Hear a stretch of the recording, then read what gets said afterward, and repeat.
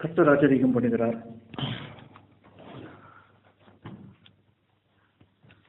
ஆவியானவர் பேசுவார்.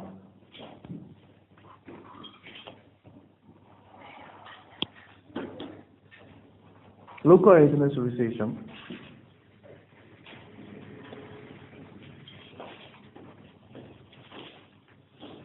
10ஆம் அதிகாரம் முதல் வசனத்திலிருந்து யாராவது ஒருத்தர் படிங்க. இவர்களுக்கு பின்பு கர்த்தர் வேறே 70 பேரை நியமித்து தாம் போகும் சகல பட்டணங்களுக்கும் இடங்களுக்கும் அவர்களை தமக்கு முன்னே 2 பேராக அனுப்பினார். அப்பொழுது அவர் அவர்களை நோக்கி, அறுப்பு மீறி வேலையாட்களோ கொஞ்சம், ஆகையால் அறுப்புக்கு எஜமான் தமது அறுப்புக்கு வேலையாட்களை அனுப்பும்படி அவரை வேண்டிக் கொள்ளுங்கள். புறப்பட்டு போங்க, ஆட்டுக்குட்டிகளை ஓனைகளுக்கு அனுப்புவதற்கு போல இது நான் உங்களை அனுப்புகிறேன். பணப்பையையும் சாமான் பையையும் பாதரட்சைகளையும் கொண்டு போக வேண்டாம், வழியிலே ஒருவரையும் வினவவும் வேண்டாம். போதும். அறுப்பு மிகுதி வேலையாட்களோ கொஞ்சம், ஆகையால் அறுப்புக்கு எஜமான் தனது அறுப்புக்கு வேலையாட்களை அனுப்பும்படி அவரை வேண்டிக் கொள்ளுங்கள். யார்கிட்ட சொல்றாரு? 70 பேர் அனுப்புறாரு. 70 பேரை 2 பேரா அனுப்புறாரு. எங்க அனுப்புறாரு? தாம் போகும் சகல பட்டணங்களுக்கும் இடங்களுக்கும் அவர்களை தமக்கு முன்னே 2 பேரா அனுப்புறாரு. அப்படின்னா ஜீசஸ் மினிமம் 35 ஊருக்கு போயிருக்காருன்னு அர்த்தம். கரெக்டா? மினிமம், அது அன்னிலேருந்து மினிமம் 35 ஊருக்கு போயிருக்கிறாரு. தனக்கு போறதுக்கு முன்னாடி 2 பேரா, நீங்க போங்க, இந்த ஊருக்கு போங்க, இந்த ஊருக்கு போங்க, இந்த ஊருக்கு போங்க, போயிட்டு என்ன சொல்றாரு? என்ன வேண்டிக்கொள்ள சொல்றாரு? அறுப்பு மிகுதி வேலையாட்களோ கொஞ்சம். ஏன்னா அவரோட காலத்திலேயே சொல்றாரு, அறுப்பு மிகுதி வேலையாட்களோ கொஞ்சம், எஜமான் தன்னுடைய அறுப்புக்கு. யார் எஜமானிங்க? பிதாவாகிய தேவன் நம்முடைய அறுப்புக்கு. என்ன அறுப்பு? அறுப்புனா என்ன? அறுவடைனா என்ன? அந்த தோட்டத்துல ஒரு வாழைக்கன்று வைக்கிறோம், அதுல அறுவடைனா என்ன? சத்தமா, அதுல வர ஃப்ரூட்ஸ அறுத்து நம்ம உபயோகிக்கிறோம் இல்லையா? இப்ப பக்கத்துல வயல்ல எல்லாம் பாக்குறீங்க, ராகி போடுறாங்க, மிளகா போடுறாங்க, பீன்ஸ் போட்டிருக்கிறாங்க, பாக்குறீங்கல்ல? அதுல அறுவடைனா என்ன அர்த்தம்? ரெடியா இருக்குது, கட் பண்ணி சாப்பிட வேண்டியதுதான்.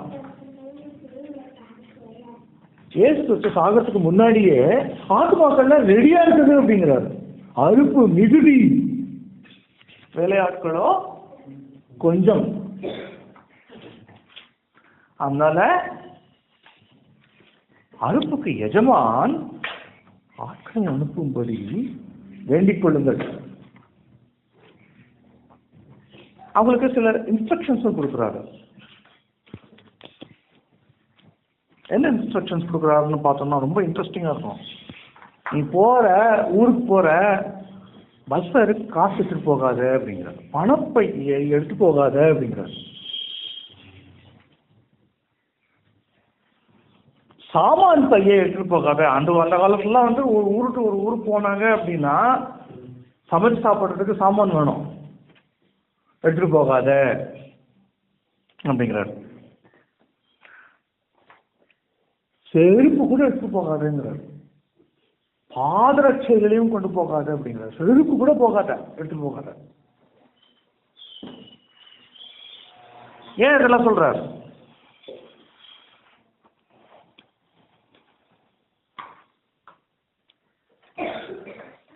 ஏழாவது வசனம் படிங்க. அந்த வீட்டிலே தானே நீங்கள் தங்கியிருந்து அவர்கள் கொடுக்கிறவர்களை சுசித்து குடியுங்கள். வேலையால் தன் கூலிக்கு பாத்திரனாக இருக்கிறான், வீட்டுக்கு வீடு போகாதிருங்கள். ஒரு நகரத்தில் பிரவேசிச்சுட்டு ஒரு வீட்டில் நீங்க பிரவேசிக்கிற போது, அதாவது முந்தின வருஷம் பார்த்தீங்கன்னா, ஒரு வீட்டில் பிரவேசிக்கிற போது இந்த வீட்டுக்கு சமாதானம் உண்டாவதாக என்று முதலாவது சொல்லுங்கள். சமாதான பாத்திரன் அங்கே இருந்தால் நீங்கள் கூட சமாதானம் அவனிடத்தில் தங்கும், இல்லாதிருந்தால் அது உங்களிடத்துக்கு திரும்பி வரும். அந்த வீட்டில் தானே நீங்கள் தங்கியிருந்து அவர்கள் கொடுக்கிறவைகளை புசித்து குடியுங்கள். வேலையால் தன் கூலிக்கு பாசனா இருக்கிறான். பணப்பைய எடுத்துட்டு போகாத, சாமான் எடுத்துட்டு போகாத, யார் என்ன சாப்பாடு போடுறாங்களோ சாப்பிடு. இதுதாங்க ஊழியம். இதுதான் ஊழியம். நான் என்னோட வாழ்க்கைய ஊழியத்துக்கு அர்ப்பணிக்கிறேன் அப்படின்னு யாராவது சொன்னாங்கன்னா, இதுதான் இன்ஸ்ட்ரக்ஷன். ஜீசஸ் கொடுத்துருக்க இன்ஸ்ட்ரக்ஷன். வேற யாரும் கொடுக்கல. நான் கொடுக்கல, பவுல் கொடுக்கல, யாரும் கொடுக்கல.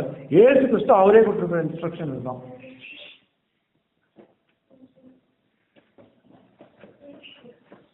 இந்த அறுப்பு மிகுதி அப்படிங்கறத இன்னொரு இடத்துல ரொம்ப அவர் வந்து உயிர் தெரிந்ததுக்கு அப்புறமா ஒரு இடத்துல ரொம்ப அழகா சொல்றாரு.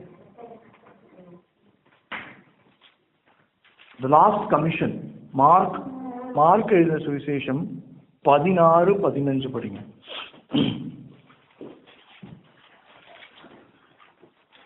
பின்பு அவர் அவர்களை நோக்கி, நீங்கள் உலகமெங்கும் போய் சர்வ சிருஷ்டிக்கும் சுவிசேஷத்தை பிரசங்கியுங்கள். உலகமெங்கும் போய் சர்வ சிருஷ்டிக்கும் சுவிசேஷம் பிரசங்கியுங்கள். இதனால ஊழியக்காரங்க போறாங்க. இதனாலதான் வந்து தோமா இங்க வந்தார். தோமா இங்க வந்தாரு, இந்தியாவுக்கு வந்தார். சுவிசேஷத்தை பிரசங்கிக்கிறதுக்காக தான். சர்வ சிருஷ்டிக்கும் சுவிசேஷத்தை அறிவியுங்கள், பிரசங்கியுங்கள். சரி, இது வந்துட்டு இயேசு வந்து உயிர்த்தத்துக்கு முன்னாடி சொன்னாரா அப்படின்னா சொல்றாரு. அதே லூக்கா 10 வாங்க, கொஞ்சம் கீழே வாங்க.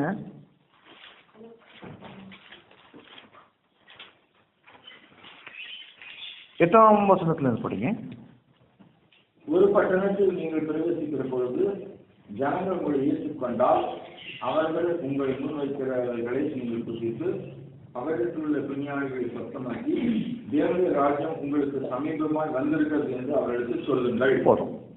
இங்க பாருங்க, ரொம்ப வெரி யூனிக் திங். ஒரு பட்டணத்துக்குள்ள போறீங்க, பட்டணத்துக்குள்ள போயிட்டு அவங்க உங்களை ஏத்துக்கிறாங்க. என்ன சொல்ல சொல்றாரு? சாப்பிடுங்க அப்படிங்கிறாரு. தேவனுடைய ராஜ்யம் உங்களுக்கு சமீபமாய் வந்திருக்கிறது என்று சொல்லுங்கள். ஏன் பின்னாடியே வரப்போறாரு? ஏன்னா அவர் போறதுக்கு முன்னாடி அனுப்புறாரு இல்லையா? பின்னாடியே மனுஷ ரூபத்தில் இருக்கிற தேவன் வரப்போறாரு. தேவனுடைய ராஜ்யம் உங்களுக்கு சமீபமாய் இருக்கிறது என்று சொல்லுங்கள். அடுத்த வசனம் படிங்க. ஏற்றுக்கொள்ளாவிட்டால் யாதொரு பட்டணத்தில் நீங்கள் பிரவேசிக்கிற பொழுது ஜனங்கள் உங்களை ஏற்றுக்கொள்ளாவிட்டால் அதன் வீட்டு வெளியே நீங்கள் போய் எங்களில் ஒட்டின உங்கள் பட்டணத்தின் தூசியை உங்களுக்கு விரோதமாய் துடைத்துக் கொள்கிறோம். ஆயினும் தேவனுடைய ராஜ்யம் உங்களுக்கு சமீபமாய் வந்திருக்கிறது என்பதை அறிவீர்களாக என்று சொல்லுங்கள். ஏற்றுக்கொள்ளலாம் என்ன சொல்றாரு பாருங்க. ஒரு பட்டணத்துக்கு போறீங்க, ஏற்றுக்கொள்ளல அப்படின்னாலும் என்ன சொல்றாரு? தேவனுடைய ராஜ்யம் உங்களுக்கு சமீபமா இருக்கிறது. ஏன்? ஏற்றுக்கொண்டாலும் சரி, ஏற்றுக்கொள்ளலாலும் சரி, இயேசு அங்க போக போறாரு. அது சொல்லணும். ஏதாவது சர்வ சிருஷ்டிக்கும் சுவிசேஷத்தை பிரசங்கிங்களுக்கு அர்த்தம் அதுதான். அவங்க உங்களை ஏற்றுக்கொண்டு கேட்கிறாங்களோ ஏற்றுக்கொள்ளாம இருக்காங்களோ சுவிசேஷத்தை பிரசங்கிக்கணும். அதுதான் நம்மளோட பர்பஸ் ஆஃப் லைஃப். நாம இப்போ ஒரு இடத்துல நம்மள வந்து கர்த்தர் வச்சிருக்கிறாரு அப்படின்னா எதுக்காக வச்சிருக்கிறாரு? உலகத்திற்கு நீங்கள் ஒளியாய் இருக்கிறீர்கள் சொல்றாரு. இருளானது பற்றி கொள்ளாத ஒளியாய் நம்ம இருக்கணும் அப்படிங்கிறாரு. ஒளியை பார்த்து இப்போ ஒரு இருட்டு, ஒரு ரூம் ஒரே பூம்பு இருட்டா இருக்குது. ஒரே ஒரு இடத்துல ஒரு சின்ன மெழுகுவர்த்தி இருக்குது அப்படின்னா அந்த ரூம்ல இருக்கிறவங்க என்ன பண்ணுவாங்க, இந்த மெழுகுவர்த்தியை சுற்றி இருப்பாங்களாம்.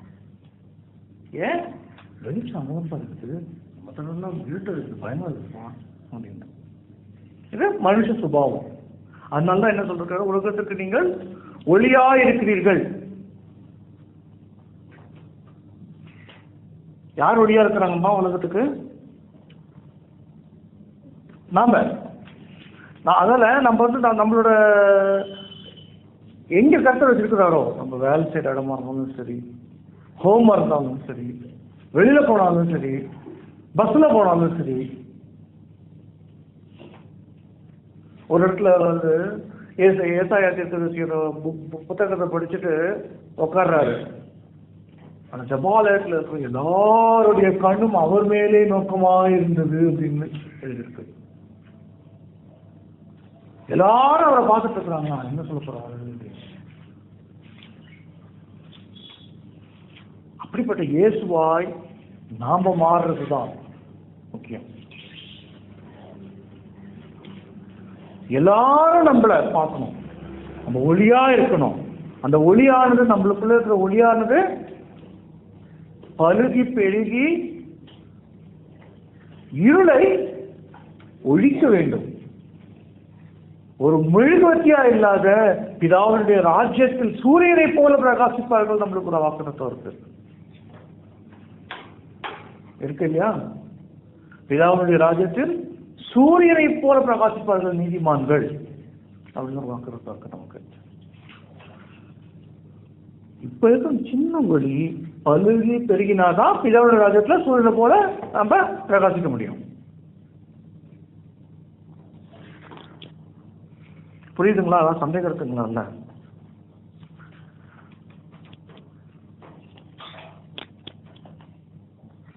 சந்தேகம் இருக்குன்னா கேட்கலாம்.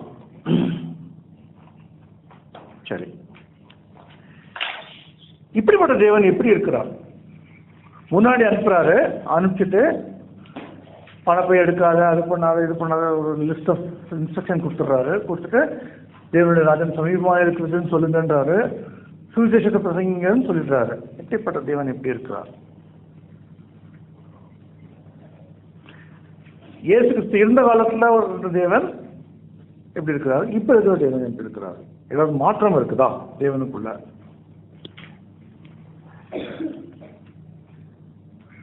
தேவனுக்குள்ள ஏதாவது மாற்றம் இருக்குதா? இயேசுக்குள்ள ஏதாவது மாற்றம் இருக்குதா?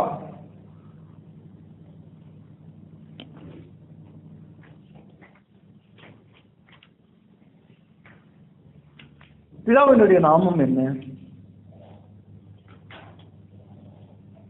சொல்லுங்க, பதில் சொல்லுங்க. நான் கேள்வி கேட்டா பதில் சொல்லணும். பிதாவினுடைய நாமம் என்ன?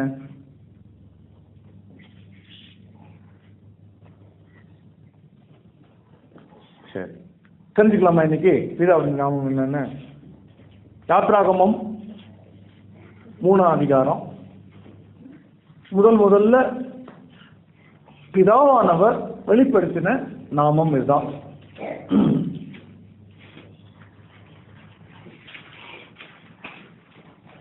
யாத்ராகமம் 3ஆம் அதிகாரம் 2ஆம் வசனத்திலிருந்து படிங்க. அங்கே கர்த்தருடைய தூதனானவர் ஒரு முட்செடியின் நடுவிலிருந்து உண்டான அக்கினி ஜுவாலையிலே நின்று அவனுக்கு தரிசனமானார். அப்பொழுது அவன் உற்று பார்த்தான். முட்செடி அக்கினியால் ஜுவாலித்து எரிந்தும் அது வெந்து போகாமல் இருந்தது. அப்பொழுது மோசே, முட்செடி வெந்து போகாது இருக்கிறது என்ன? நான் கிட்ட போய் இந்த அற்புதத்தை பார்ப்பேன் என்றான். அவன் பார்க்கும்படி கிட்ட வருகிறதை கர்த்தர் கண்டார். முட்செடி நடுவிலிருந்து தேவன் அவனை நோக்கி, மோசே மோசே என்று கூப்பிட்டார். அவன், இதோ அடியேன் என்றான். அப்பொழுது அவர், இங்கே கிட்டி சேராயாக, உன் கால்களில் இருக்கிற பாதரட்சியை கலக்கி போடு, நீ நிற்கிற இடம் பரிசுத்த பூமி என்றார். பின்னும் அவர், நான் ஆபிரகாமின் தேவனும் ஈசாக்கின் தேவனும் யாக்கோபின் தேவனுமாகிய உன் பிதாக்களுடைய தேவனாய் இருக்கிறேன் என்றார். மோசே தேவனை நோக்கி பார்த்து பயந்ததினால் தன் முகத்தை மூடிக்கொண்டான். அப்பொழுது கர்த்தர் இருட்டில் இருக்கிற என் ஜனத்தின் உபத்திரவத்தை நான் பார்த்து ஆழ்வத்துகளின் நிமித்தம் அவர்கள் எடுக்கிற கூக்குரலை கேட்டேன். அவர்கள் படுகிற வேதனைகளையும் அறிந்திருக்கிறேன். அவர்களை இருட்டியரின் கைக்கு விடுதலையாக்கவும் அவர்கள் அந்த தேசத்திலிருந்து விலைக்கு கானானியரும் ஏத்தியரும் எமோரியரும் பெர்சியரும் ஏவியரும் எபூசியரும் இருக்கிற இடமாகிய பாலும் தேரும் ஓடுகிற நலமும் விசாலமான தேசத்தில் கொண்டு போய் சேர்க்கும் இறங்கினேன். இப்பொழுதும் இஸ்ரவேல் புத்திரரின் கூக்குரல் என் சந்நிதியில் வந்து எட்டினது. எகிப்தியர் அவர்களை ஒழுக்குதலை கண்டேன். நீ இஸ்ரவேல் புத்திரராகிய என் ஜனத்தை எகிப்திலிருந்து அழைத்து வரும்படி உன்னை பார்வோனிடத்திற்கு அனுப்பினேன் வா என்றார். அப்படி மோசே தேவனை நோக்கி பார்வோனிடத்தில் போகவும் இஸ்ரவேல் புத்திரரை எகிப்திலிருந்து அழைத்து வரவும் நான் எம்மாத்திரம் என்றான். அதற்கு அவர், நான் உன்னோடே இருப்பேன். நீ ஜனத்தை எகிப்திலிருந்து அழைத்து வந்த பின் நீங்கள் இந்த மலையில் தேவனுக்கு ஆராதனை செய்வீர்கள். நான் உன்னை அனுப்பினேன் என்பதற்கு இதுவே அடையாளம் என்றார். அப்பொழுது மோசே தேவனை நோக்கி, நான் இஸ்ரவேல் புத்திரருக்கு போய் உங்கள் பிதாக்களுடைய தேவன் உங்களுக்கு என்னை அனுப்பினார் என்று அவர்களுக்கு சொல்லும்போது அவருடைய நாமம் என்ன என்று அவர்கள் என்னிடத்தில் கேட்டால் நான் அவர்களுக்கு என்ன சொல்லுவேன் என்றான். இதுதான் முக்கியம். மோசேக்கு வந்து ஒரு 3 லிஸ்ட் கொடுக்குறாரு. நான் ஆபிரகாமின் தேவனும் யாக்கோபின் தேவனும் ஈசாக்கும் தேவனும் அப்படின்றாரு. ஆபிரகாம், ஈசாக்கு, யாக்கோபின் தேவன் அப்படின்னு ஒரு நாமம் அதுக்கு முன்னாடி இருந்திருக்குது. அதுக்கு அர்த்தம் வரணும். அதற்கு தேவன் இருக்கிறவராக இருக்கிறேன் என்று மோசேயுடனே சொல்லி, இருக்கிறேன் என்பவர் என்னை உங்களுக்கு அனுப்பினார் என்று இஸ்ரவேல் புத்திரரோடு சொல்வாயாக என்றார். இருக்கிறவராகவே இருக்கிறவர், இருக்கிறேன் என்பவர். இது வந்துட்டு இதுல எபிரேய பாஷையில யாவே, அதுதான் வந்துட்டு இருக்கிறவராகவே இருக்கிறவர். அந்த யாவே தான் எகோவா அப்படின்னு மறுவி நம்மளெல்லாம் எகோவா நாம உள்ள தேவனே வாழ்க அப்படின்னு சொல்றோம். இருக்கிறவராகவே இருக்கிறவர் இன்னைக்கு இருக்கிறாரு, நாளைக்கு அதே போலயே இருக்கிறாரு, அடுத்த நாளைக்கு அதே போலயே இருக்கிறாரு, மாறுறதே இல்லை. நம்மளால அப்படி இருக்க முடியுமா அப்படிங்கிறத நம்மளாம் வளர்றோம், மூப்படைகிறோம். முதல்ல சிறு பிள்ளையா இருக்கும், அடுத்த நாள் ஒரு நாள் ஜாஸ்தி நம்மளுக்கு வயசாயிடுது, அதுக்கு அடுத்த நாள் இன்னொரு நாள் ஜாஸ்தி நம்மளுக்கு வயசாயிடுது, அதுக்கு அடுத்த வருஷம் ஒரு வருஷம் முடிஞ்சு போச்சு நம்மளுக்கு. ஏன் மாறுறோம்? நம்ம மாம்சீகமாகவும் மாறுறோம், மனப்பூர்வமாகவும் மாறுறோம். ஒரு குழந்தைக்கு வந்துட்டு நீங்க வந்துட்டு விளையாட்டு தன்மையில இருக்கிறீங்க குழந்தையா இருக்கிற போது, அதே பெரியவங்களாகணும் கொஞ்சம் பொறுப்பு வருது. பெரியவங்க என்ன செய்வீங்க? சமையல் செய்வோம். நாங்க சின்ன பிள்ளைங்களுக்கு என்ன, பெரியவங்க நம்ம சமையல் செய்யணும் அப்படின்ற மனசில் சின்ன பிள்ளைங்களுக்கு என்ன, நம்ம வேலைக்கு போகணும் அப்படின்னு மனசுல இருக்கு. மாறுதல் வந்துட்டு மாம்சீகமாகவும் சரி, மனதளவிலையும் சரி, ஆவி அளவிலையும் சரி மாறுதல் இருந்துகிட்டே இருக்கு நமக்குள்ள. ஆனா பிதாவாகிய தேவன் என்றும் மாறாதவராக இருக்கிறாராம், என்றும் மாறாதவராக இருக்கிறார். அதனால்தான் அவரோட பேரே வந்துட்டு என்ன சொல்றாரு? இருக்கிறவராகவே இருக்கிறேன், நான் மாறாத தேவன் அப்படிங்கிறார். எகோவானா என்ன அர்த்தம்? எகோவான்ற ஒரு பேரு அப்படின்னு சொல்லிட்டு சொல்லக்கூடாது. நீங்க பிரசங்கம் பண்ணும்போது, நீங்க உங்க ஃப்ரெண்ட்ஸுக்கிட்ட சொல்லும் போது, உங்ககிட்ட ஒரு ஒளியை பார்த்துட்டு வர்றாங்க உங்க ஃப்ரெண்ட்ஸ்.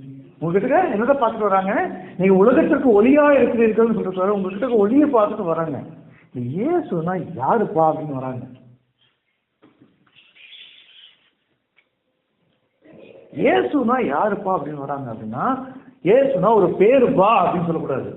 இயேசுனா யாரப்பா? ரொம்ப அழகா இயேசுனா ஒரு பேரப்பா. ரொம்ப ரைமிங்கா இருக்குது. இயேசுனா யாரு, இயேசுனா பேரு, ரைமிங்கா இருக்குது. அப்படி சொன்னா அறியாமை தான். அப்படி சொன்னா என்ன? நம்முடைய அறியாமை அப்படின்னா எடுத்துப்பாங்க. அப்போ சுவிசேஷம் பிரசங்கப்படவில்லை. இயேசுனா யாரப்பான்னு கேட்டா என்ன சொல்லணும்? அப்படின்னா நம்ம சுவிசேஷத்தை பிரசங்கிகள் நம்மளுக்கு ஒரு லாஸ்ட் கமிஷன் கொடுத்துட்டு போயிருக்கிறாரு. இயேசு கிறிஸ்து என்ன பண்ணிருக்கிறாரு? மார்க் 16-15 படிச்சோம். உலகமெங்கும் சென்று சர்வ சிருஷ்டிக்கும் சுவிசேஷத்தை பிரசங்கிங்கள் இருக்காரு. சர்வ சிருஷ்டிக்கு நம்ம சுவிசேஷத்தை பிரசங்கிக்கணும்னா என்ன பண்ணணும்? முதல்ல உள்ளுக்குள்ள இயேசு இருக்கணும். அப்பதான் நம்மளால சொல்ல முடியும். அப்பதான் ஒளி வரும் இல்லையா? உள்ளுக்குள்ள இயேசு இருக்கணும். இயேசப்பா இங்கேருந்து நீங்க பேசுங்க அப்படின்னு சொல்லணும். சொல்ற போது என்ன ஆகுது? நம்ம இயேசுவை பிரதிபலிக்கிறோம். இயேசுவை பிரதிபலிக்கிறோம். பிரதிபலிப்புன்னா என்ன? நம்ம கண்ணாடி மாதிரி இருக்கிறோம். இயேசு கிறிஸ்துவோடைய பிம்பத்தை அவங்க நம்ம கிட்ட பார்க்கணும். அப்படின்னா என்ன? இயேசு எப்படி நல்லவராக இருந்தாரோ, இயேசு எப்படி எல்லாருக்காகவும்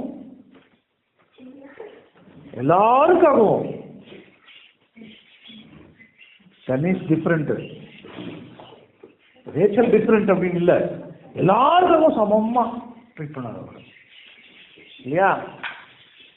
இல்லையா? அது போல நம்மளும் பாரபட்சம் பார்க்காம இருக்கணும். நம்மளுடைய நடத்தைகள் மூலமாகத்தான் இயேசு கிறிஸ்துவானவர் நம்ம கிட்ட இருந்து வெளிப்படுறார். வெறும் வார்த்தை மூலமாக மட்டுமல்ல, நம்ம ஒவ்வொரு நாள் நடத்தை மூலமா வெளிப்படுறார்.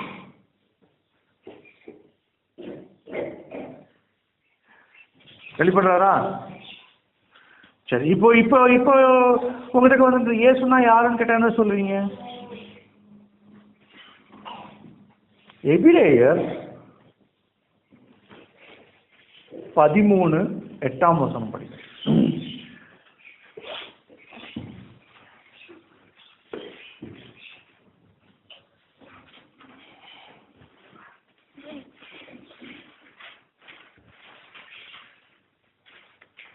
படிங்க.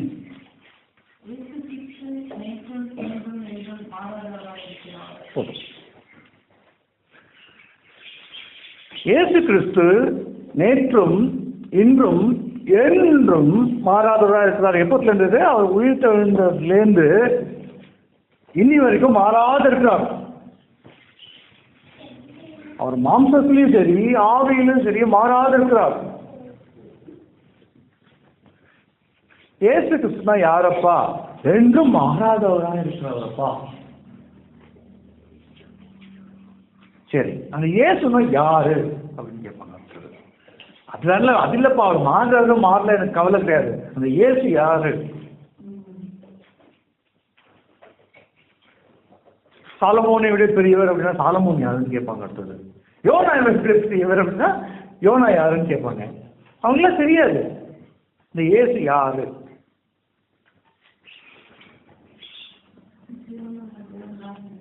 ஜீவனுள்ள தேவனாகிய கர்த்தர். ஓகே, அப்ப தேவன் யாருன்னு கேட்பாங்க. யெகோவா அப்படிம்பீங்க.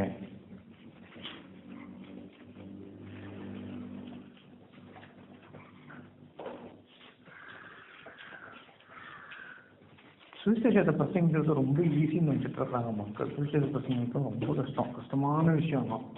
ஏன் கஷ்டமான விஷயம்? அது இதெல்லாம் தெரிஞ்சுதான் சுவிசேஷம் போய் சொல்ல முடியும். நானும் ஊழியக்காரன்னு சொல்லி எழுந்து போய் சுவிசேஷம் சொன்னா ஒன்றும் நடக்காது. அதே ஆவியானவரோட வழிநடத்தல போய் பண்ணனா எல்லாம் நடக்கும். இந்த இயேசு கிறிஸ்து யாரு? மரியாளுக்கு கன்னியா இருக்கிற போதே பிறந்தவர், கன்னி தாய். அதான் நிறைய இடத்துல பார்க்குறேன், வெர்ஜின் மேரி போட்டுருங்களா? அதுவா? நீங்க சொல்றீங்களோ சொல்லலையோ, இயேசுடைய கன்னி பரப்ப ரோமன் காத்தலிக்கிறது போல பரப்புறவங்க வேற யாருமே கிடையாது. சத்தியம் அது. அவங்கதான் எல்லாத்தையும் பரப்புறாங்க. இயேசு கிறிஸ்துவோட கன்னித்தாய் பிறப்ப நம்மளை போல ஆளுங்க பேசுறது ரொம்ப ரொம்ப ரொம்ப ரொம்ப கம்மி. ஏன்? நீங்க நம்மள ஆர்ட்ஸ் நினைச்சுருவாங்களோ அப்படின்னு. அதுதான் மிகப்பெரிய அற்புதம். இயேசுவினுடைய பிறப்பே உலகத்தில் மிகப்பெரிய அற்புதமா இருக்கிறதப்பா. ஒரு மனுஷனும் மனுஷியும் கூடி வராத ஒரு கன்னித்தாயின் பிறப்பாக வந்து பாவமே இல்லாத ஜீவித்தாரே, அதுதான் மிகப்பெரிய அற்புதம். இந்த உலகத்தின் பாவம் அவரை பற்றி கொள்ளவில்லை அப்படின்னு எழுதியிருக்கு. இருளானது இந்த ஒளியை பற்றி கொள்ளவில்லை அப்படின்னு எழுதியிருக்கு. இயேசு கிறிஸ்து யாருன்னு இப்ப கேட்டா என்ன சொல்லணும்? மரியாளுக்கு கர்த்தர் கன்னியா இருந்தபோது ஒரு மகனை கொடுத்தாரு. அவர் தான் இயேசு. அவரு நமக்காக சிலுவையில செத்தாரு. செத்தது மட்டும் இல்ல, நிறைய பேர் நிறைய பேருக்காக சாவறாங்க. இப்போ ஒரு போர் வருது, இந்த நாட்டை காப்பாற்றணுன்றதுக்காக நாடு தான் என்ன நிலைமா இல்ல, அங்க இருக்கிற மக்கள், அங்க இருக்கிற ஜீவனங்கள், அங்க இருக்கிற சொத்து எல்லாம் காப்பாற்றுறதுக்காக நிறைய பேர் சாகுறாங்க. செத்ததுனால ஒரு பிளஸ் பாயிண்ட் கிடையாது. 3 நாள் கழிச்சு தானே உயிர் தெழுந்தார். அதுக்கு முன்னாடி மக்கள் நிறைய பேர் உயிர் தெழுந்தாங்க. இப்போ பாடினோம், நாயினூர்ல இருக்கிற வாலிபனை இயேசு உயிர் தெழ வச்சாரு. இயேசு உயிர் தெழ வச்சாரு. யவீருவின் மகளை போயிட்டு இயேசு உயிர் தெழ வச்சாரு. லாசருவை இயேசு உயிர் தெழ வச்சாரு. அதெல்லாம் பைபிள்லயே இருக்கு. நிறைய பேர் உயிர் தெழுந்திருக்காங்க. அப்படி பார்த்தோம்னா பிதாவாகிய தேவன் உயிர் தெழ வச்சது ஒரே ஒரு ஆள் தான். மரணமே உன் கூர் எங்கே, பாதாளமே உன் ஜெயம் எங்கே என்று இயேசு கிறிஸ்து உயிர் தெழுந்தார். கல் புரட்டி போடப்பட்டிருப்பதை மகதலேனா மரியாளும் யோசே உடைய தாயாகிய மரியாளும் பார்க்கிறாங்க. உயிர் தெழுந்த இயேசு, அதனாலதான் அவருக்கு கர்த்தராக அப்புறமா உயிர் தெழுந்ததுக்கு அப்புறமா தான் கர்த்தராக இயேசு கிறிஸ்து வருது. எல்லா இடத்துலையும் பார்த்தீங்கன்னா அவருடைய உயிர் தெழுந்ததுக்கு அப்புறமா கர்த்தராக இயேசு கிறிஸ்து வரும். அவர் உயிர் தெழுந்து சகல சிருஷ்டிகளுக்கும் பிரசங்க. உயிர் தெழுந்து அவர் கொடுக்கிற ஃபர்ஸ்ட் கமாண்ட் அப்படின்னு அதுதான், சகல சிருஷ்டிகளுக்கும் சென்று சுவிசேஷத்தை பிரசங்கியுங்கள். லாஸ்ட் கமிஷன் அப்படிம்பாங்க. இப்ப என்ன சொல்லுவீங்க, இயேசுனா யாரு அப்படின்னு கேட்டா, முதல்ல அவங்க உங்ககிட்ட கேட்கணும்னா என்ன இருக்கணும், முதல்ல உலகத்திற்கு ஒளியா நம்ம இருக்கணும். இயேசு இங்க இருக்கணும், பத்தி எரியணும் உள்ள, நம்மளுடைய முகம் அப்படியே தேஜஸா இருக்கணும். பக்கத்துல இயேசுனா யாருப்பான்னு யார் கேட்கணும்னா, உலகம் இருளா இருக்கிறது, நீங்க ஒளியா இருக்கிறீங்க, பக்கத்துல கேட்கணும். முதல்ல இயேசு வரணும். இயேசுவை உங்களுடைய சொந்த ரட்சகராக ஏற்றுக்கொள்ளணும். கேட்டாங்கன்னா இப்ப என்ன சொல்லுவீங்க? இப்ப தெரியுதா உங்களுக்கு என்ன சொல்லணும்னு தெரியுதா தெரியலையா? இயேசுனா உங்க கடவுள் மாதிரி இன்னொரு கடவுள்ப்பா அப்படின்னு சொன்னீங்கன்னா எந்த ஒரு வித்தியாசமும் கிடையாது. உங்க கடவுள் மாதிரி இல்லப்பா அவரு, எங்களோட கடவுள்ப்பா. எப்படிப்பட்ட கடவுள்ன்ற சொல்றப்பா, எனக்காக சிலுவையில மரிச்சார். சிலுவையில மரிச்சது மட்டும் இல்ல, உயிர் தெழுந்தார்.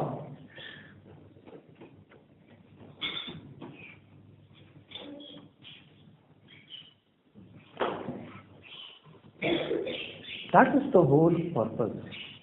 அதுதான் உங்களுக்கு நான் எல்லாம் இந்த உலகத்துல கிறிஸ்தவர்களா இருக்கிறதுக்கான ஒரு முதல் காரணம், the purpose. இதுதான் சுவிசேஷத்தை பிரசங்கிப்பது தான் நம்மளுடைய ஹோல் பர்பஸ். தேவன் அன்பா இருக்கிறார். இந்த அன்பை நம்ம மற்றவங்களுக்கு கொடுக்கணும். எவ்வளோ ஜாதி மதங்கள் இருக்கு உலகத்துல, அவங்களும் அன்பு கொடுங்கன்னு தான் பிரசங்கிக்கிறாங்க. ஆனா இங்க இருக்கிற அன்பு எப்படிப்பட்ட அன்பு? நீ காசு கொடுத்தாதான் இந்த கடவுள் கொடுப்பாரா? இல்ல, காசையை உண்டாக்கினவர் அவர் தானே. நீ இந்த பண்டிகைக்கு இது செஞ்சாதான் உன் கர்த்தரோட ஆசீர்வதிப்பாரா? இல்ல, பண்டிகை எல்லாத்தையுமே கர்த்தர் எதுக்காக வச்சிருக்கிறாரு? ஒரு ஞாபகார்த்தம், நீ ஞாபகப்படுத்திக்கிறதுக்காக வச்சிருக்கிறாரு.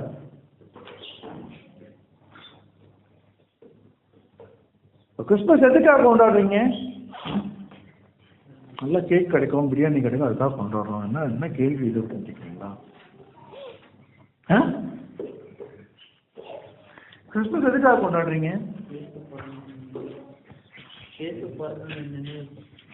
இயேசு பிறந்ததை, கன்னித்தாயா பிறந்ததை நினைவுபட்டதுக்காக கொண்டாடுறது கிறிஸ்துமஸ்.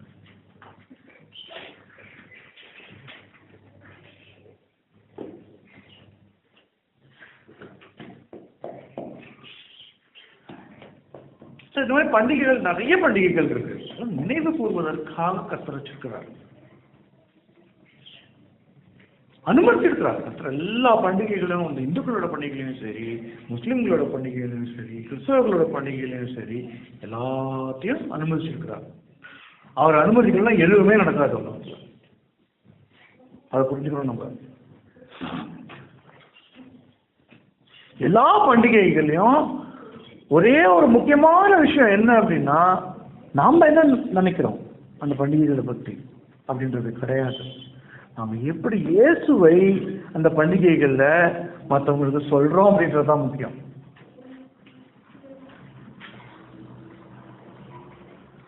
புரியுதுங்களா? பண்டிகை வந்தா லீவ் வரும், நாங்க ஹோம்ல ஜாலியா விளையாடுவோம். நீங்க என்னென்ன புதுசா சொல்றீங்க இயேசுவை சொல்லணும்னு இல்லையா? தீபாவளி வந்துச்சுன்னா 4 நாள் லீவ் வரும், நாங்க ஹோம்ல ஜாலியா தூங்கிட்டு இருப்போம். எங்களுக்கு அதுதான் வேலை. தீபாவளி நாங்க ஹோம்ல கொண்டாடுறது இல்லை, கிறிஸ்துமஸ் கொண்டாடுறோம், தீபாவளி கொண்டாடுறது இல்லை. ஆனால் லீவ் கிடைக்குது, நாங்க ஜாலியா தூங்குவோம், நல்லா சாப்பிடுவோம். அதுதான் எங்களுக்கு பண்டிகை இல்லை. அது பண்டிகையா இருந்ததுன்னா உங்களுக்கும் மற்றவங்களுக்கும் வித்தியாசமே கிடையாது. நான் உலகத்தான் அல்லாதது போல நீங்களும் உலகத்தார் அல்ல அப்படின்னு சொல்றாரு. யார் சொன்னாரு? ஏன் சொல்லிட்டு போயிருக்காரு, நான் உலகத்தான் இல்லாதது போல நீங்களும் உலகத்தார் அல்ல. அப்படின்னு என்ன பண்ணணும்? உலகத்தில் இருக்கிறவங்க பண்டிகைனா நல்லா சாப்பிட்டு தூங்கிட்டு மற்றவங்க போயிட்டு ஹாப்பி ஹாப்பி ஹாப்பி இது மாதிரி happy Muharram, happy happy happy happy Ramzan அப்படின்னு சொல்லிட்டு போயிட்டாங்க. ஹாப்பி கிறிஸ்மஸ் சொல்லிட்டு போறாங்க, நிறைய பேர் மெரி கிறிஸ்மஸ் சொல்லிட்டு போறாங்க. அது உலகத்தார்கள் பண்றது. கட்டளை பிள்ளைகளாக நாம் என்ன பண்ணணும்? சான்ஸ் கிடைக்கிறது நமக்கு இயேசு பற்றி நம்ம சொல்லலாம், அவன் இயேசுவை பிரதிபலிக்கலாம். இது எப்போ வரும் நமக்கு? சாப்பாடை பற்றி நினைச்சுட்டே இருந்தா பசி எப்பவுமே இருந்துட்டு தான் இருக்கும் இல்லையா? சாப்பாடை பற்றி நினைச்சுட்டே இருந்தா என்னவோ பசிக்க ஆரம்பிச்சிடும். நாக்கில் தண்ணி, இப்பயே தண்ணி வருதான் நாக்கில். என்னங்க நீங்க சாப்பாடை வச்சு இப்போ போய் ஞாபகப்படுத்திட்டீங்க அப்படின்றீங்க சில பேர் இல்லையா?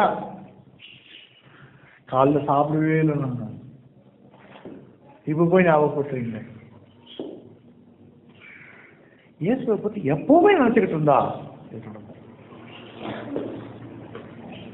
அதுக்குதான் நம்ம சங்கீதம் படிக்கிற போது என்னது?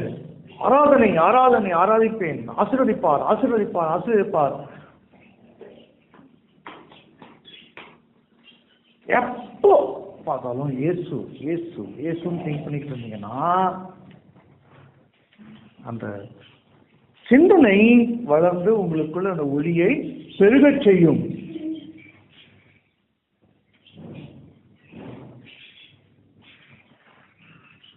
அப்படி பெருக செஞ்சதுன்னா பண்டிகை காலத்துல வர்றபோது இயேசு இயேசு இயேசுன்னு நீங்க வந்துட்டு சிந்திக்கிற போது இயேசுவை எப்படி நம்ம சொல்லலாம்? அறுப்பு மிகுதி, எல்லாரும் ரெடியா இருக்கிறாங்கப்பா அப்படிங்கிறார். அறுப்பு மிகுதி, வேலையாட்களோ கொஞ்சம். அறுப்புக்கு எஜமான் இன்னும் நிறைய வேலையாட்களை அனுப்பும்படியா வேண்டிக் கொள்ளுங்கள். நீங்க ஒரு வாட்டி முட்டி போடும்போது அப்பா எவ்வளவு ஆத்மாக்கள், எவ்வளவோ ஆத்மாக்கள் கெட்டு போகிறது. ஊழியக்காரர்களை அனுப்பும். ஊழியக்காரர்களை நீங்க எப்படி ஆசீர்வதிச்சு அனுப்பும், அபிஷேகித்து அனுப்பும். ஒவ்வொரு வாட்டும் முட்டி போட்டு ஜெபம் பண்ணும்போது சொல்லணும்.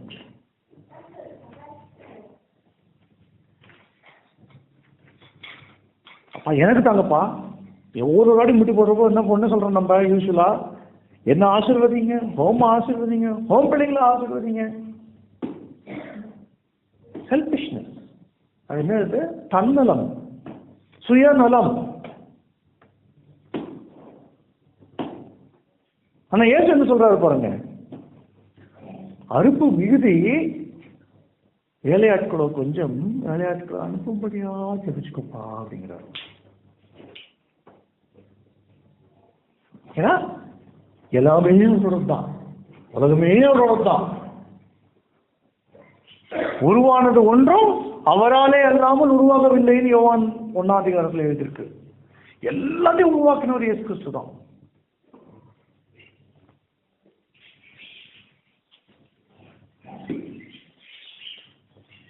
அப்படிப்பட்ட தேவன் அறுப்பு மிகுதி வேலையாட்களோ கொஞ்சம் அப்படின்னு சொல்லிட்டு போயிருக்கிறார். நேற்றுக்கு குடும்ப ஜபத்துல அதனாலதான் எஃப்எம்பிபி சர்ச்சுக்காக ப்ரே பண்ணணும் ஊழியத்துக்காக ப்ரே பண்ணணும். அதுதான் இந்த மாதிரியான ஜபங்களை தான் கர்த்தர் ரொம்ப அழகா கேட்கிறாரு. அப்படியா, சரி ஆசீர்வதிக்கிறேன், இன்னும் ஊழியக்காரங்களை அனுப்புறேன் அப்படின்னு அனுப்புறாரு கர்த்தர். அபிஷேகம் கொடுக்குறாரு. ஒரு வாட்டி முட்டி போடும் போதும் சுவிசேஷம் பிரசங்கிக்கப்பட வேணும் கர்த்தாவே. நான் யார்கிட்ட சொல்லணும் சொல்லுங்க, நான் ரெடியா இருக்கிறேன், போய் சொல்றேன். நான் சொல்லணுமா, நான் சொல்றேன். நான் சொல்லப்படாத சொல்லல. ஆரஞ்சு எடுத்து போன வந்துட்டு மைக்ல போட்டு போன மாதிரி சுவிசேஷம் பிரசங்கிட்டு போலாமா? எதிப்பாவது ஆரஞ்சு 30 ரூபாய் மைக்ல போட்டு வரணும் இல்லையா, ஸ்பீக்கர்ல போட்டு, அந்த மாதிரி சுவிசேஷத்தை பிரசங்கிக்கலாமா? பிரசங்கிக்க கூடாது. ஏதாவது ஒரு ஆன்சர் சொல்லுங்க.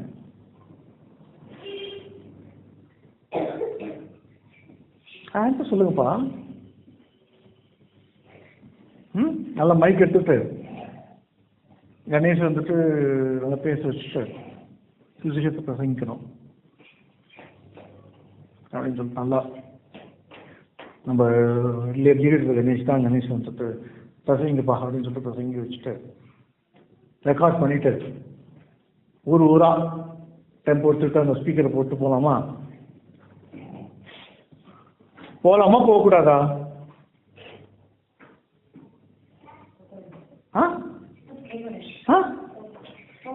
போகக்கூடாது. ஓகே, இங்க ஒரு மொத்தம் போகக்கூடாதுன்னு சொல்றாரு. யார் போகக்கூடாதுன்ற ஆமோதிக்கிறது யாரு?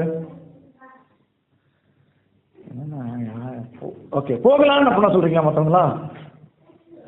மற்றவங்களாம் அப்புறம் போகலான்னு சொல்றீங்களா? ஒத்த போகக்கூடாதுன்னு இருக்கலாம். அப்புறம் மற்றவங்களாம் போகலான்றீங்களா?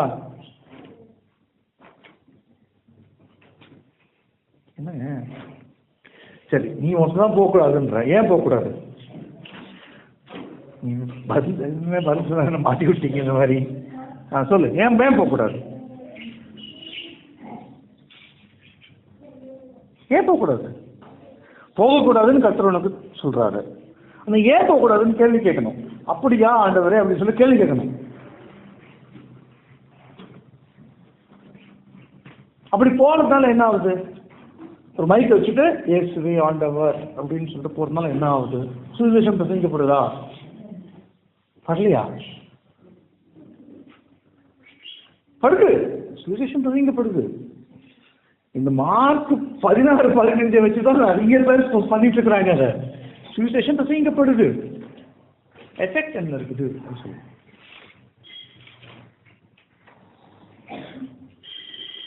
அதனால இருந்த எஃபெக்ட் என்ன இருக்குது அதை சொல்லுங்க. எந்த ஒரு மரமும் தன்னுடைய கனிகளால் அறியப்படும் சொல்றாரு. நெருஞ்சி செடியில் திராட்சை பழம் வருவதில்லை, முள்செடியில் அத்திப்பழம் வருவதில்லை. அத்தி மரத்துல தான் அத்திப்பழம் வரும் அப்படிங்கிறார்.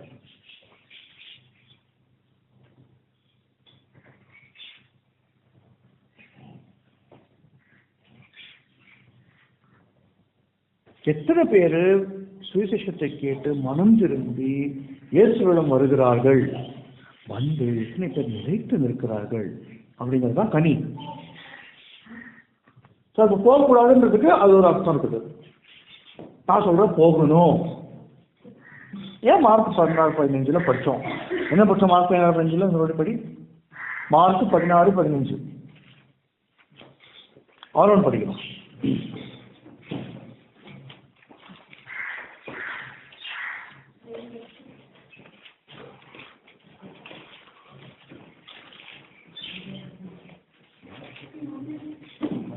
மார்க் 16-15 16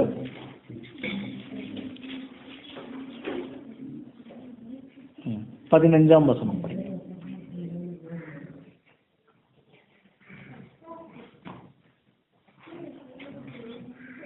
படிங்க, சத்தமா படிங்க.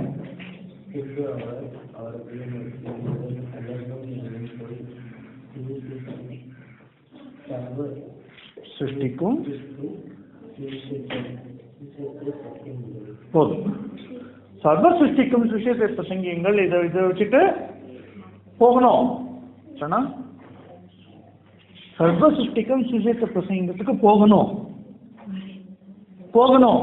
போகக்கூடாதுன்றதும் கரெக்ட் தான். ஏன்னா கனியினால் அறியப்படுவீர்கள். போகணுன்றதும் கரெக்ட் தான். எப்ப போகணும் எப்ப போகக்கூடாது இது மட்டும் தான் உங்களுக்கு தெரிஞ்சுக்கணும்.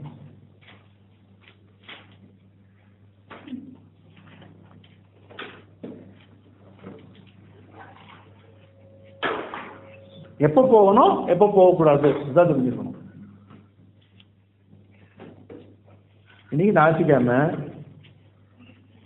ரொம்பவே நார்மலாகவே மக்களுக்கெல்லாம் தெரியும். ஞாயிற்றுக்கிழமை இன்னைக்கு சில ஸ்தாபனங்கள் மூடி இருக்கும், பள்ளிகள் மூடி இருக்கும், பேங்க் மூடி இருக்கும், ஆஃபீஸ்லாம் யூஸ்வலாக மூடி இருக்கும் இல்லையா?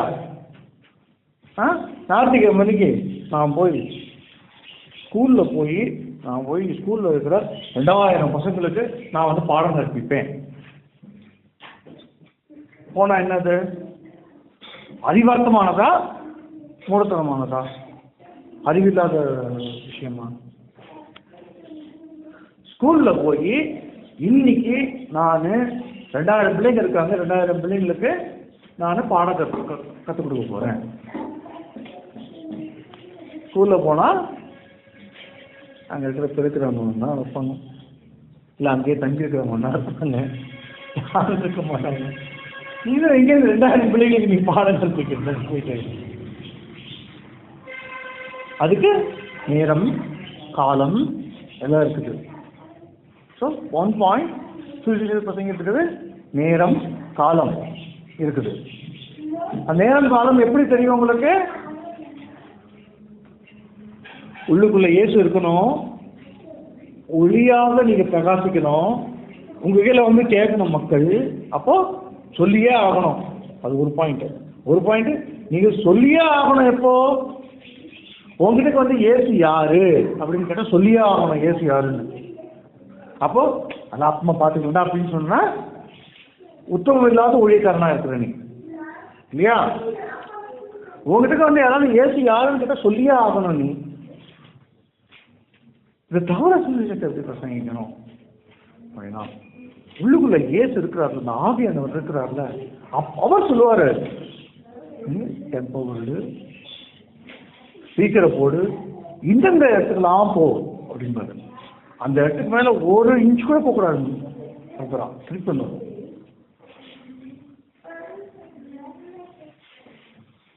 அப்போ மனதிற்கு ஏற்ற கனிகளை கொடுக்கும் மக்கள் வருவாங்க. சபை கட்டப்படும். சபை கட்டுறதுன்னா என்ன, பில்டிங் கட்டுறது கிடையாது. மக்கள் ரட்சிக்கப்படும். ஒரு வாட்டி முட்டி போடுற போதும் மக்கள் ரட்சிக்கப்படும். கர்த்தாவே அந்த ஜெபத்தை எடுங்க. ஒரு வாட்டி முட்டி போடுற போதும் எனக்கு படிப்பு கொடு, எனக்கு நல்ல வேலையை கொடு. அது பண்றது தப்புன்னு நான் சொல்லல. அதெல்லாம் நீங்க வேண்டுதற்கு முன்னாடியே பிதாவானவர் அறிஞ்சிருக்கிறாராம். அதெல்லாம் நீங்க வேண்டிக் கொள்றதுக்கு முன்னாடியே பிதாவானவர் அறிஞ்சிருக்கிறாரு. அதனால ஒரு வாட்டி முட்டி போடுற போதும் முதல் ஜெபமா என்ன இருக்கணும்? ஆத்ம ரட்சிப்புக்கு அறுப்பு மிகுதி, வேலையாட்களோ கொஞ்சம் வேலையாட்களோ அனுப்புங்கப்பா. நான் யாருக்கு சொல்லணும்? அவங்க என்ன கேட்கட்டும், இல்ல நீங்க என்ன வழி நடத்துங்க. ரெண்டுத்துல இதாகும். ஒண்ணு அவங்க கேட்கணும், இல்ல நீங்க என்ன வழி நடத்துங்க. அப்ப என்ன ஆகுது? What happens then? either you lead me to tell the gospel or let somebody come and ask me. அதான் இப்ப சொன்னது. நான் ஒளியா இருந்தா அவங்க வந்து கேட்கட்டும் என்ன, இல்லை அப்படின்னா நீங்க என்ன வழி நடத்துங்க. அப்படிங்கும்போது மனம் திரும்புவதற்ற கனிகள் மிக அதிகமாய் கொடுக்கப்படுகிறது. மனம் திரும்பும் ஒவ்வொரு பாவியின் நிமித்தமும் பரலோகத்தில் மிகுந்த சந்தோஷம் உண்டாகிறது அப்படிங்கிறது. ஒவ்வொரு பாவிக்கும் பரலோகத்தில் சந்தோஷம் இருக்கணும்னு நீங்க ஆசைப்படுறீங்களா, இல்ல சந்தோஷம் இருக்கக்கூடாதுன்னு ஆசைப்படுறீங்களா?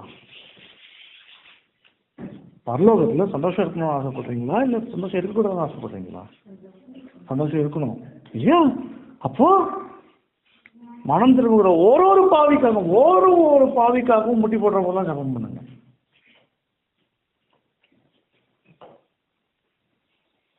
ஒரு ஆத்மாவுக்காகவும் ஜபம் பண்ணுங்க. இயேசு கிறிஸ்து இன்றும் என்றும் மாறாதவராய் இருக்கிறார். நேற்றும் இன்றும் என்றும் மாறாதவராய் இருக்கிறார். அவர் சொல்லிட்டு போனதுதான், அடுப்புக்கு எஜமா நிறையாட்களை அனுப்பும்படி வேண்டிக் கொள்ளுங்கள். ஒரு ஆத்மாக்களை சந்திப்பதற்காக ஊழியக்காரர்களை எழுப்பம் அப்படின்னு ஜெபம் பண்ணுங்க.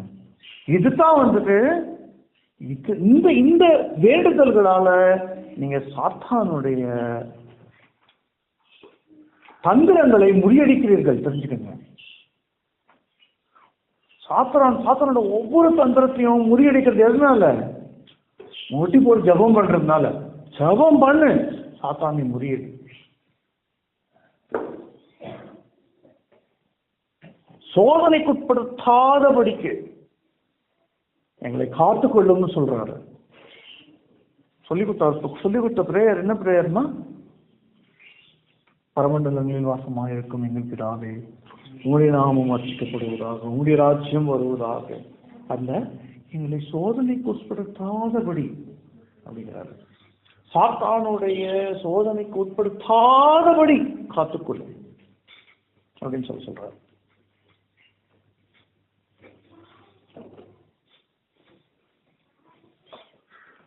சுவிசேஷத்தை பிரசங்கிக்கிறது ஒரு முக்கியமான விஷயம். எங்க பிரசங்கிக்கணும், எப்படி பிரசங்கிக்கணும் அப்படிங்கிறது ஆவியானவர் சொல்லிக் கொடுக்கணும் உனக்கு.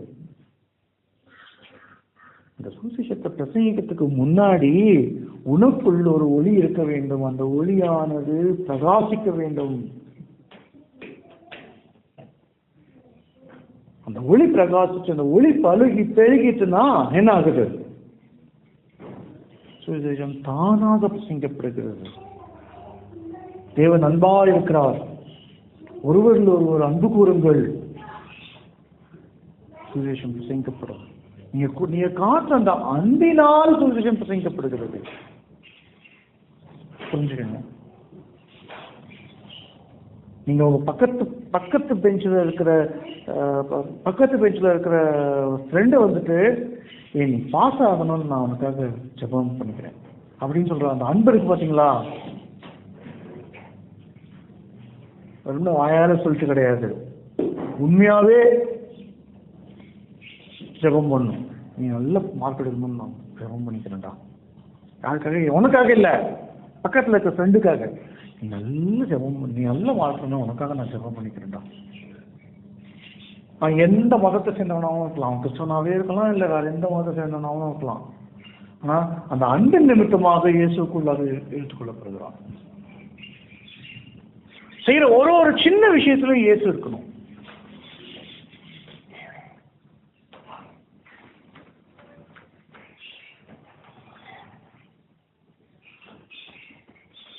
இயேசு உங்களுக்குள்ள இருந்தால் முறுமுறுப்பு வராது. இது இன்னொரு ரகசியம் நீங்க தெரிஞ்சுக்கணும். இயேசு உங்களுக்குள்ள இருந்தால் முறுமுறுப்பு வராது. முறுமுறுப்புன்னா என்ன? எப்ப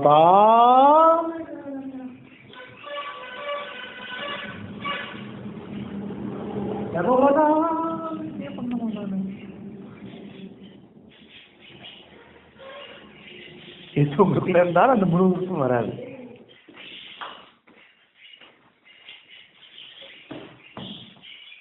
புரியுதா?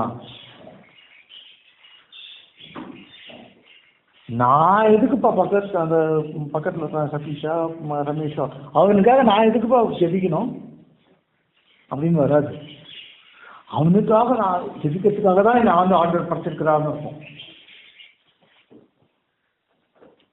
புரியுதா? சுமாராக உங்க படிப்பு நீங்க படிக்கிற கிளாஸ்லயோ இல்லை நீங்க வேலை செய்யற இடத்துலயோ எவ்வளவு பேர் இருக்காங்க, அவங்களுக்காகலாம் தினம் முட்டி போட்டு ஜெபம் பண்ணுங்க. அவங்களுடைய ஆத்மா ரட்சிக்கப்படணும் ஜெபம் பண்ணுங்க. ஜீவ புஸ்தகத்துல உன்னோட பேர் எழுதணும்னா ரட்சிக்கப்படணுங்கிறதாவே இதோ நீர் என்ன எனக்குள்ள இருக்கிறீர் ஜெபம் பண்ணுங்க. புரியுதுங்களா?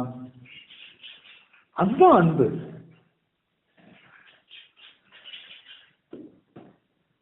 Unconditional love.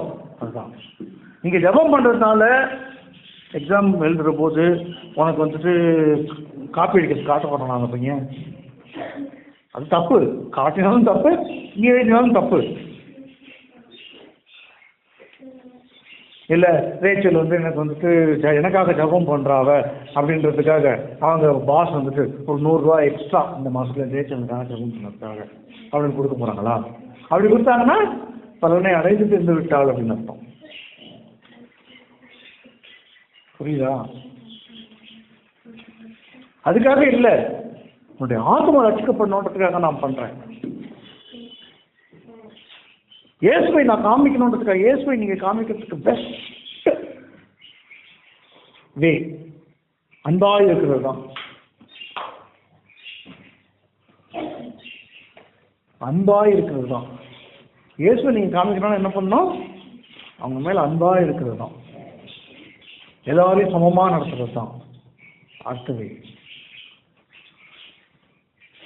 எனக்கு அதோ அந்த பையன் இருக்கிறானே, அவனை பிடிக்கவே பிடிக்காது, எப்போ அடிச்சுக்கிட்டே இருக்கிறான். தீமைக்கு எதிர்த்து நில்லாதிருங்கள் அப்படின்னு சொல்லிட்டு இன்னொரு இடத்துல இருக்கிறார். நம்மளுடைய சொந்த விருப்பு வெறுப்புகளை விட்டுட்டு, நம்மளுடைய சொந்த விருப்பு வெறுப்புகளை விட்டுட்டு எப்போ நம்ம கர்த்தரை பிரதிபலிக்கிறோமோ, கர்த்தருடைய விருப்பு வெறுப்புகளை நம்ம பிரதிபலிக்கிறோம். அப்ப என்ன ஆகும்? கெடுதல் பண்றான் அப்படின்றத விட என்ன வரும்? அவனோட ஆத்மா அவனுக்காக அவன் கெடுதல் பண்ணாம இருக்கணும், நான் முட்டி போட்டு ஜெபம் பண்ணுவேன்.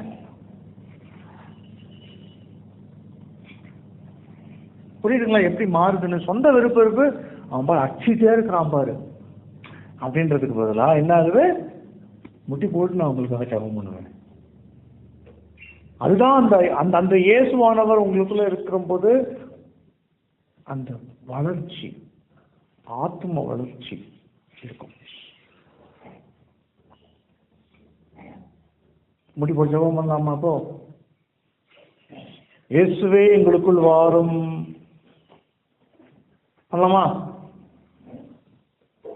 ஒளியாய் பிரகாசிக்கிறோம்.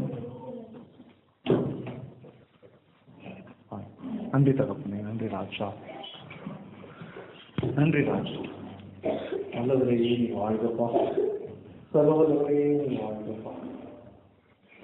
அப்பா இதோ நாங்கள் உலகத்துக்கு ஒளியா இருக்கிறோம். ஒளியா நதிகளை பற்றிக் கொள்ளவில்லை இருக்கிறது. எப்போதும் எங்களை வைத்திருக்கிறது தகப்பனே. இதோ நாங்கள் எங்க இருக்கிறோமோ அந்த ஒளியா இருக்கிறோம். உங்களுடைய ஒளியை நாங்கள் பிரகாசிக்க செய்கிறோம் அப்பா தகப்பனே. இதோ இருளிலே ஒளியானது இருந்தால் இருளில் இருப்பவர்கள் வெளிச்சத்தை கண்டு வருவார்கள் என்று எழுதியிருக்கிறது. மரண இருளில் இருப்பவர்கள் வெளிச்சத்தை கண்டு வருவார்கள் என்று எழுதியிருக்கிறது. இதோ மரணத்துக்கு ஏதுவாக இருக்கிற இருளிலே இருக்கும் மக்களுக்கு மத்தியிலே எங்களை வெளிச்சமாக வைத்திருக்கிறேன்.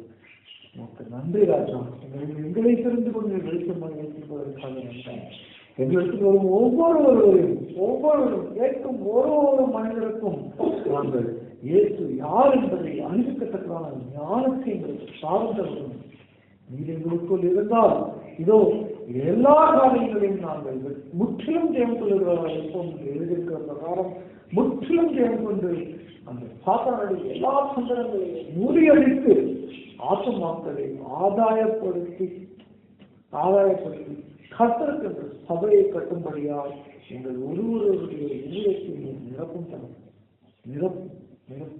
உம்முடைய ஒளி எங்களுக்கு உம்முடைய ஒளி எங்களுக்கு பிரகாசிக்கக்கூடாது. இதோ எங்களுக்கு யாரும் எதுவும் கேட்கலனாலும் அவர்களுக்கு நாங்கள் நீர் எங்கள் மேல் வைத்த அன்பை அவர்களிடத்தில் நாங்கள் காண்பிக்கும்படியாய், நீர் எங்கள் மேல் வைத்த பரிசுத்தமான அன்பை, எதையும் எதிர்பாராத அன்பை நாங்கள் அவர்கள் மேல் காண்பிக்கும்படியாய் எங்களுக்கு அந்த ஞானத்தை தாரும். அந்த அன்பின் மூலமாக நாங்கள் இயேசுவை அவர்களுக்கு அறிவிக்கும்படியாய் எங்களுக்கு நீர் கிருபை செய்யும். நன்றி ராஜா, நன்றி நன்றி நன்றி நன்றி. இயேசு கிறிஸ்துவின் மூலம் ஜெபிக்கிறோம் ஜீவனுள்ள நல்ல பிதாவே, ஆமென். என் ஆத்மாவே கர்த்தரை ஸ்தோத்திரி, என் முழு உள்ளமே பரிசுத்த நாமத்தை ஸ்தோத்திரி. என் ஆத்மாவே கர்த்தரை ஸ்தோத்திரி, கர்த்தர் செய்த சகல உபகாரங்களையும் நீ மறவாதே. ஆமென்.